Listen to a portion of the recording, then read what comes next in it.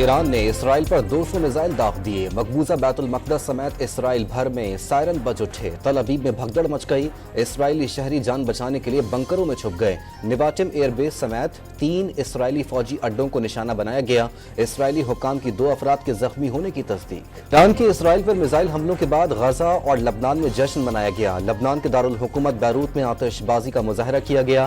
غزہ میں بھی بڑی تعداد میں شہری سڑکوں پر نکل آئے اور حملے کا جشن منایا۔ اگلا حملہ اس سے کئی زیادہ تکلیف دہ ہوگا۔ سپریم لیڈر آیت اللہ خامنائی کا انتباہ۔ ایرانی صدر نے اسرائیل کے خلاف میزائل حملے کو فیصلہ کن رد عمل قرار دے دیا۔ اسرائیل پر حملہ مکمل ہو گیا۔ صہیونی ریاست نے مزید جوابی کارروائی کی تو جواب دیا جائے گا۔ ایرانی وزیر خارجہ کا ٹویٹ۔ امریکہ نے ایران کا حملہ بظاہر ناکام قرار دے دیا۔ ایران کو حملے کے نتائج بھگتنا پڑیں گے۔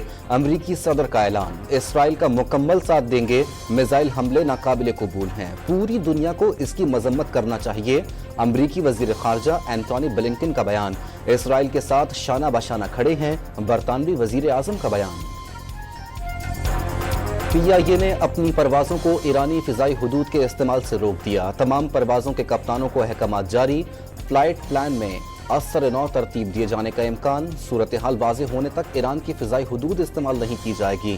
ترجمان پی آئی اے کا اعلامیہ۔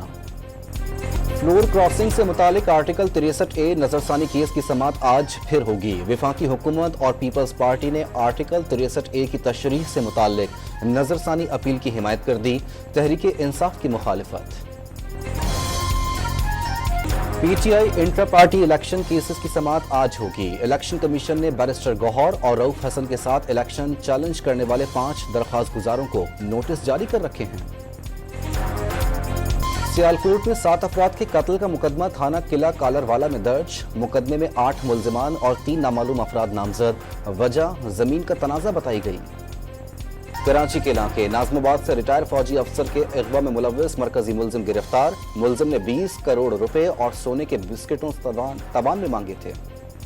اور England cricket team test series کھیلنے کے لیے ملتان پہنچ گئی۔ بابر اعظم پاکستان کرکٹ ٹیم کے ون ڈے ٹیم کی کپتانی سے مستعفی۔